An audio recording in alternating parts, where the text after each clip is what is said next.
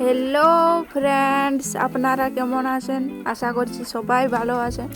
আজকে শেয়ার করব পালং শাকের দারুণ সুস্বাদু একটা রেসিপি, পালং শাকের চচ্চড়ি।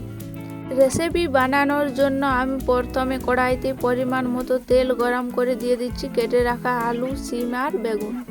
আপনারা চাইলে আরও সবজি অ্যাড করতে পারেন। সব কিছুকে এখন ভালোভাবে নাড়াচাড়া করে ভেজে নেব। তো দেখুন সবজিগুলো ভাজা হয়ে গেছে, এখন এগুলোকে একটা পাত্রে তুলে নেব।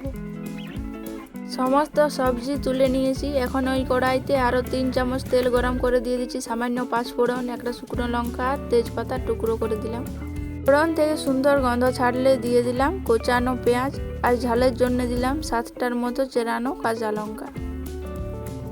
পেঁয়াজ লঙ্কা হালকা নাড়াচাড়া করে ভেজে এখন এর মধ্যে দিয়ে দিচ্ছি হাফ চামচ জিরে গুঁড়ো, পরিমাণ মতো হলুদ গুঁড়ো আর দিচ্ছি স্বাদ মতো লবণ। অল্প জল দিয়ে মশলা কষে নেব। মশলা ভালোভাবে কষানো হলে এখন এর মধ্যে দিয়ে দিচ্ছি কেটে রাখা পালং শাক।